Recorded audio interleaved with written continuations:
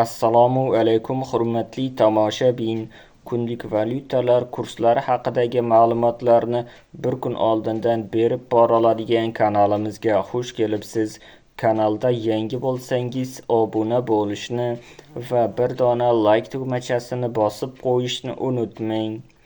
10 dekabr kuni amalda bo'ladigan valyutalar kursi bilan tanishing.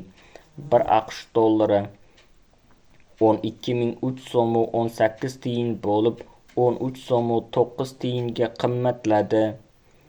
1 yevro kursi 13.987 so'm 31 tiyin bo'lib 12 so'm 86 tiyinga qimmatladi.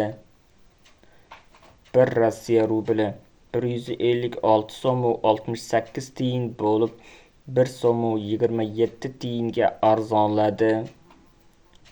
1 qozoq tengesi 23 so'm 27 tiyin bo'lib 55 tiyinga arzonladi.